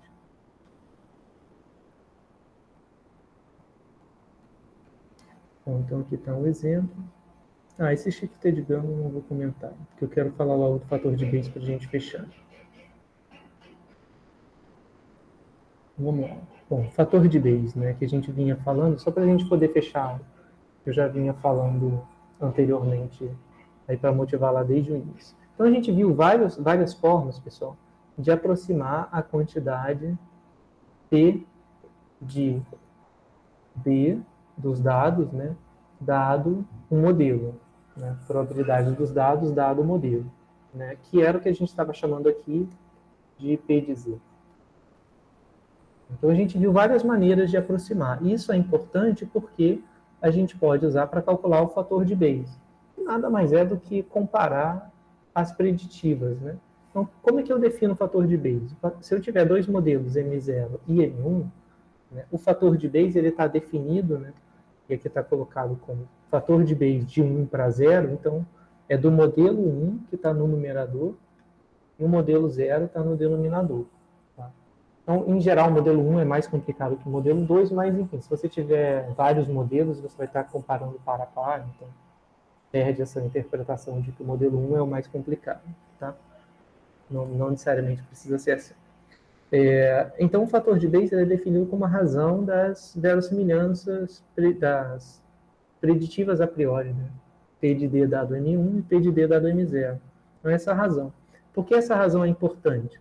Porque ela aparece quando a gente calcula P de M1 dado D, que é a probabilidade a posteriori do modelo 1, dividido pela posteriori, né, do modelo 2, do modelo 0. Então, isso aqui, pelo teorema de Bayes, é P de D dado M, dado M1, P M1, dividido por P de D, mas essa divisão por P de D vai cortar com a divisão por P de D daqui de baixo. Né?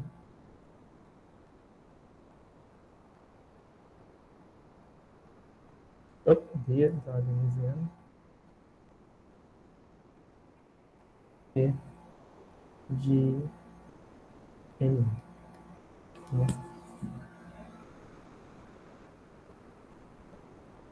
Tá? Então, o que vai acontecer é isso, eu quero comparar essas duas quantidades, mas, tipicamente, esse cara, a gente coloca a probabilidade 1 sobre J, onde J é a quantidade de modelos, aqui deveria ser M0, e aqui é a mesma coisa, para não favorecer nenhum modelo a priori, com respeito ao outro. Então, na verdade, o fator de Bayes, né? É só o que importa, é a parte que importa, né? Para determinar quem tem maior posteriori, quem tem mais probabilidade a posteriori, qual modelo é preferível. Então, é um jeito de computar, né, a razão da preferência de um modelo pelo outro. Tá? Então, aqui entram as preditivas. Tá? Entram as preditivas a priori. Então, existe uma tabelinha, pessoal, e isso é bem informal, tá? Que é o seguinte: como é que você vai preferir um modelo em respeito ao outro, né? Então, o que você pode fazer é, se essa razão dá maior do que 1, é porque a probabilidade, né, é porque a preditiva no primeiro modelo é maior que a preditiva no segundo, ou seja, a probabilidade a posteriori no primeiro é maior do que no segundo, eu deveria escolher o primeiro. Mas acontece, e a gente vai ver aqui no exemplo, que fator de Bayes é uma coisa que flutua muito, né, varia muito. Então, a gente pode calcular o fator de Bayes várias vezes para o mesmo modelo. Né? Por exemplo, calcula a posterior, obtém a amostra posterior de MCMC uma vez, calcula o fator de Bayes, os dois modelos. Né? Aí depois, pega esse valor, guarda, aí gera de novo uma outra cadeia de Markov para o modelo 1, uma outra para o modelo 2, roda o fator de Bayes de novo, vai dar um valor diferente. Né? E às vezes dá um valor bem diferente. Então tem uma certa aleatoriedade, tem uma certa variabilidade entre os fatores de Bayes. Então, existe essa tabelinha que diz o seguinte, né? E aqui tudo é muito subjetivo, tá? Que fala o seguinte: se o B1 0 for entre 1 e 3, a evidência contra H0, ou seja, a evidência contra o modelo M0, ela não deve ser considerada, porque não é muito diferente, não são muito diferentes essas probabilidades, apesar de que a razão dela pode estar indo até 3. Mas a gente vai ver que isso tem razão de ser, né? Enquanto que para outros valores, né, quanto maior for o valor de B10, mais forte é a evidência contra H0. Então a evidência só se torna forte a partir de 20 até 150. Aí para ver com mais detalhe, tem que dar uma olhada lá no artigo. Tá? E aí eu queria mostrar para vocês só esse exemplo. Né? Eu não vou fazer nenhuma conta, só vou mostrar no caso, no código, né? Onde a gente tem esses dois exemplos, esses dois modelos, log normal e exponencial. Tá? Então, eu quero comparar esses dois modelos, o modelo log normal e o modelo exponencial, usando o fator de Bayes. Então, o que eu vou precisar fazer vai ser calcular o P de Z, dado o modelo 1, e dividir pelo P de Z, dado o modelo 0, né? Usando o fator de Bayes. Então, eu preciso usar um desses métodos que a gente viu aqui para calcular essa quantidade, né? E para calcular essa quantidade aqui e dividir uma pela outra para saber qual é a razão. Então é isso que eu vou mostrar aqui no R para a gente poder terminar. Então, para o fator de Bayes, né, eu tenho modelo log normal e modelo exponencial. No modelo exponencial, que é o N1, né, eu tenho posteriori analítica, né? Eu tenho forma analítica para posteriori. Nesse caso, não. Então, esse caso tem que rodar Gibbs. Né? Então, eu não vou descrever as etapas do Gibbs, mas é muito fácil de deduzir. Tá? Então, o Gibbs é para gerar valores da verossimilhança para o modelo 0. Ele vai passar direto para o amostrador de Gibbs, só para poder calcular de fato os p-valores. Né? E no modelo 1, né, eu estou fazendo como? Estou gerando da priori e calculando a média da verossimilhança. Então, é lá o primeiro método. É lá um daqueles primeiros métodos. Então, vou obter aqui o P1. Ele vai fazer uns plots e tal. Vai fazer os plots lá da cadeia. Tá, isso aqui é do Gibbs, tá? Do amostrador de Gibbs. A distribuição posterior de μ e φ, que é 1 sobre sigma 2. Eu já vou terminar, tá, pessoal? Que a gente até passou um pouco de tempo. Então, ó, o valor de P1, que é a probabilidade associada a esse modelo, né, o modelo exponencial, deu 3,4 alguma coisa. E no modelo zero? Vamos lá, no modelo zero, aí para calcular essa probabilidade no modelo zero, eu estou fazendo 1 sobre a média da verossimilhança. Então, aquele segundo método lá, que é o que tem maior variabilidade. Né? Ah, está reclamando só de gráfico, mas tudo bem. Ele fez o P0. P0 deu 0,7. Então, quando a gente calcula a razão, deu 4,84. Né? Então, essa razão foi P1 sobre P0. Então, esse modelo sobre esse, o P1 é o exponencial. Então, o modelo exponencial é preferível ao modelo log normal. Tá? Se a gente rodar isso aqui várias vezes, vocês vão ver que vai mudar bastante. Né? Quer dizer, não que a conclusão não necessariamente muda, mas olha como o fator de Bayes muda. 5, alguma coisa. 4, alguma coisa. Eu antes estava, às vezes, gerava um valor igual a 8, às vezes gerava um valor igual a 2, mas demora um pouquinho. 6 já está bem mais alto. Então tem um grau aí elevado de variabilidade. Tá, pessoal? A melhor forma de fazer, aí 14, então, né, é por conta disso que existe, que existe essa tabelinha aqui, né? Que cada vez que você fizer, pode dar um valor até bem diferente, a depender de quem são os seus estimadores para essas quantidades. Então, assim, na teoria, o teorema de Bayes, o fator de Bayes, né, ele resolve o problema, né, porque ele compara a probabilidade a posteriori, segundo cada modelo. Né. Só que, na prática, pode ser bem problemático calcular essas distribuições aqui, né, que compõem o fator de Bayes. Então, na teoria, beleza, funciona e é lindo, mas na prática, às vezes, pode ser bem complicado, né, de usar o fator de Bayes e usar a preditiva a priori para decidir. Tá? Então, não existe um melhor método, um método que sempre ganhe para a escolha de modelos. Fazer escolha de modelos é um tema em aberto, né, de qual é a melhor metodologia que existe, é um problema bem difícil. Tá? Principalmente porque é difícil você escapar da necessidade de ter que calcular essas preditivas a priori. Tá bom?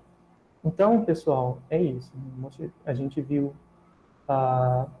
como formas diferentes de calcular o fator de Bayes, né, a depender de quem é o estimador para essas quantidades.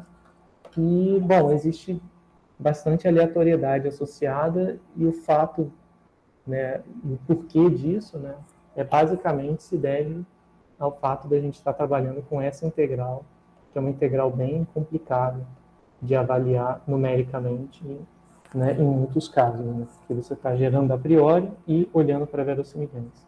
A gente viu formas de lidar com isso, né, formas de estimadores diferentes para poder lidar com isso, mas, né, ainda assim pode existir uma aleatoriedade grande aí em relação aos estimadores de Monte Carlo, tá bom?